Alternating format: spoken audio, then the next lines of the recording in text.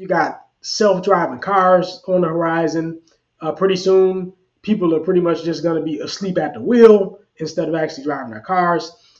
We're always thinking of ways to make our lives easier, but sometimes we can actually make ourselves dumber and weaker in the process. Sometimes you feel like you don't necessarily belong in a certain room around certain people because you don't feel that you're at their level. And guess what? You might not be at their level.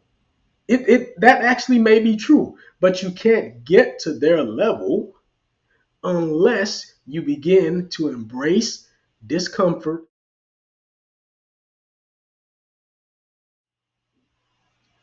I don't know what it was like to live 500 years ago or 600 years ago. Now, of course, we can read books about it and we can get a general idea, but neither you nor I really knows what it's like. But one thing that I do know is that human beings are always seeking ways to make life more comfortable for ourselves. And so we come up with all kinds of inventions and all manner of gadgets and tools and everything else to ensure that our life is as comfortable as possible because comfort is enjoyable, of course. But I'm going to give you a counter view on comfort. And I'm going to offer you my top 5 reasons why you need to seek out discomfort in your life. Okay? You need to stick around and hear this. But before I get started, I just want to introduce myself as always. I am Mark Johnson, the founder of BouncePep, bringing you ideas for a fit and flourishing future. And as I always say, I am the youngest son of Bill Johnson. Thank you for being here with me today. Go ahead and leave comments after you listen to all this. I would love to hear from you, whether you agree or disagree.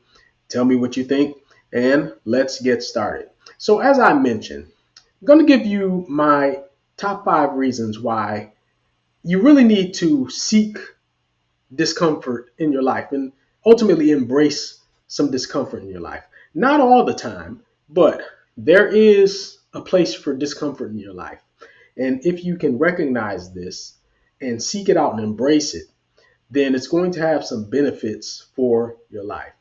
Now, you know, I train quite often. I trained today, went to the gym, and I just did legs. Well, actually, I did legs and I did some traps, but it was mostly legs. And it was hard. Leg day, as you probably know, is typically like the hardest day out of all the muscle groups because the legs are the largest muscle group. It takes a lot of energy, to get them moving, get them up and running. And especially when you start to, lift heavy with your legs, you're going to exert a lot of energy doing so. And it really exhausts you. Okay. So it's hard. Leg day is hard. Okay. So after I did my legs, I was a little bit relieved to move on to traps because the traps, are not quite as hard as training the legs. But, I went in, I did the workout. It was a tough workout. I knew it was going to be tough going in. Okay. So I understood before I got myself into the predicament of leg day that it was going to be hard because leg day is invariably hard. But what I did not do was call it off. I didn't say, oh, leg day is going to be hard. Let me just forget about it. I said, look, okay, it's got to be done. It's got to be done, right? So I don't want to have just a nice upper body and then neglect my legs and walk around looking kind of strange, right? So you want to have a nice balanced physique. That means that you have to train your upper body as well as your lower body, right? So went in, did my leg day. It was not fun. Okay, now I know some people really love leg day, but for me, I don't find leg day to be fun or very enjoyable. And it certainly is not comfortable. It is the exact opposite of comfortable. And the reason I'm telling you this and the reason I'm starting off with an anecdote from the gym is because each and everything that you do at the gym is practice and preparation for life outside of it. Okay. So When you are facing and embracing discomfort at the gym, that holds lessons for your life outside of the gym. So let's get to this list that I've been talking about because I know you want to hear it. So I'm going to give you 5 things, 5 reasons why you need to seek out discomfort. Let's start with number 1. Well, anything that's too easy that you're doing over and over and over is never going to lead to growth. Okay. So when something is too easy, it cannot lead to growth. So this is the very first reason. Okay. If you are interested in growth, then you must be willing to do something more than what is just easy for you. Right? I mean, that makes sense, right? If it's too easy, you're not really going to progress. You're not really going to grow. You're just going to be doing the same things at the same level forever. Okay, so that's not going to help you grow. So that's reason number 1. Let's go to reason number 2, which is really related to reason number 1 directly. When you embrace discomfort, then it's going to lead you to start overcoming some of the limitations that you may have in your life. Now, as human beings, we're complicated. We have all kinds of limitations. And one person's limitation is not the same as another person's. Two people can have completely different personalities, completely different ways of looking at things, completely different fears, completely different, physical capabilities, completely different intellects. So, we all have different limitations based on just who we are as individuals. However, what I can tell you is that when you embrace discomfort, what it allows you to do is to start to face your limitations so that you can begin to overcome them. Now, what are some common limitations that we have? Well, again, it could be physical limitations. For instance, if you're training like I am at the gym, okay, and perhaps one of your biggest reasons for doing so is to get stronger, well, you're trying to overcome a perceived physical limitation. You believe that you're not strong enough. You would like to get stronger, okay, so that you can be healthier and maybe, lift some heavy stuff, at home when you're doing some housework or whatever it is, right? You're trying to overcome a physical limitation that you have. Okay, and the reason that you do, and the way that you do that is you go and you work out, you train to become stronger, more physically robust and resilient, right? So it makes sense. Now, you could have limitations in terms of knowledge. You could have limitations in terms of skills. You could have limitations in terms of emotions, right? Emotional limitations. That may sound strange, but think about it. Some people are held back by something as basic as fear, right? And it's not always logical. You could just have a fear of doing something because you've never embraced the discomfort of just facing it and doing what you can to learn and overcome, right? So fear, a lot of people have imposter syndrome. Sometimes you feel like you don't necessarily belong in a certain room around certain people because you don't feel that you're at their level. And guess what? You might not be at their level. That actually may be true, but you can't get to their level unless you begin to embrace discomfort and take steps to overcome your current limitations and move closer to their level and maybe even one day exceed their level. But the thing is, if you're not willing to try more and do more than you are currently capable of, then you're never actually going to grow to get to that next level. Okay. That brings me to number 3.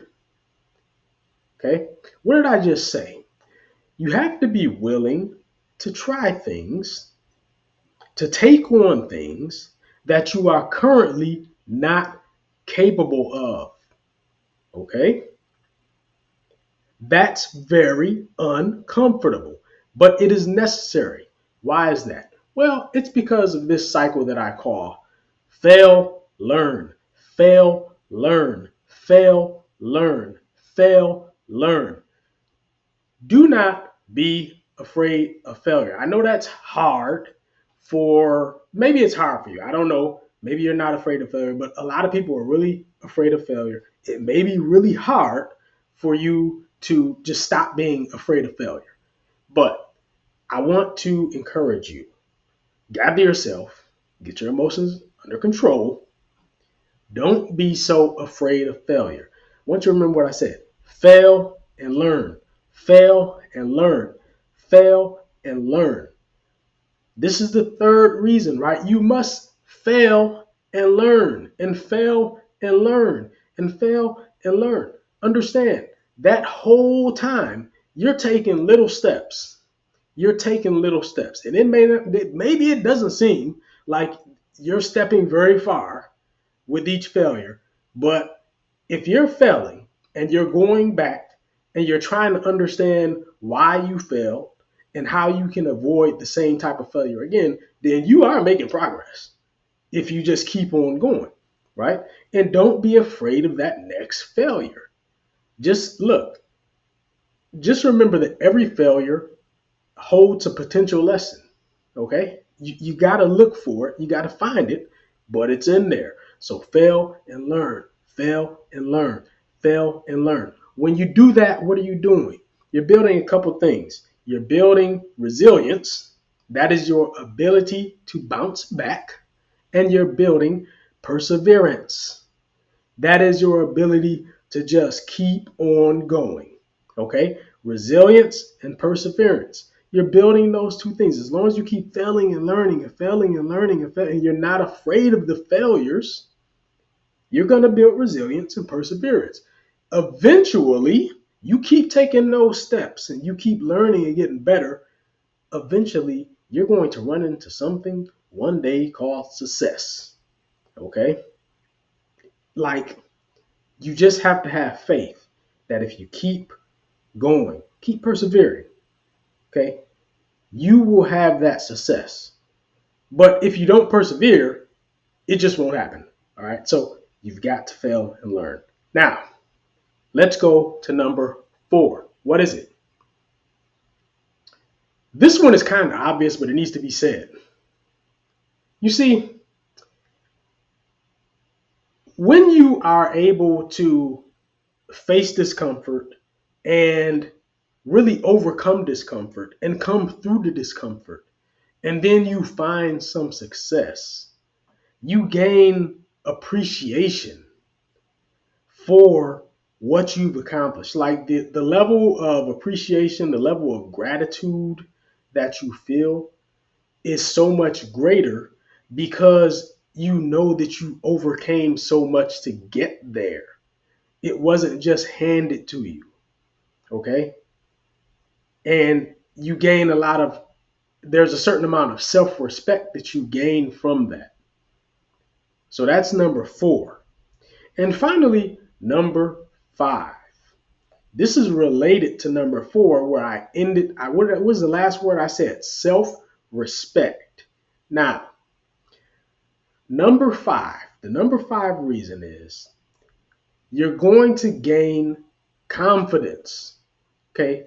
When you are able to overcome discomfort, ride it out and just keep persevering, keep coming back after failure after failure after failure. You just keep coming back, and then you finally succeed, and you're going to have a certain amount of self-respect that just leads to a higher level of general confidence. And confidence is so important for your life because so many people in this world lack real confidence. You got a lot of people who are, they're just blustering and trying to look like they're confident, but they don't necessarily have real confidence because they're not challenging themselves and they're not overcoming discomfort and they're not constantly growing, right? And they're not getting that sense of gratification from taking on something difficult and actually getting over the hump over time. You know, sometimes when we get something, we accomplish something and it comes easily, it comes instantly. You just don't have that sense of accomplishment and that sense of confidence that comes out of that. or that should come out of that, if it was something, if you were really undertaking something more difficult that required you to really struggle, and really exert yourself and make your best efforts in order to pull through and get it done. Say, so you're going to have a greater level of confidence when you learn to seek out comfort. I'm sorry, to seek out discomfort and to, embrace discomfort and learn to ride through it and learn to overcome. So those are my 5 reasons, okay? And I'm just telling you this because we live in a world now where everything, like I said, humans, we're always thinking of ways to make our lives more comfortable. We got elevators everywhere. People don't want to walk up the stairs.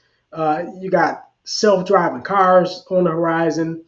Pretty soon, people are pretty much just going to be asleep at the wheel instead of actually driving their cars. We're always thinking of ways to make our lives easier, but sometimes we can actually make ourselves dumber and weaker in the process, right? And sometimes it's not always good when it stifles our growth and our personal development. That's what my message for you today is about. So, I'm going to leave it there. I want you to take this with you. Talk to you next time.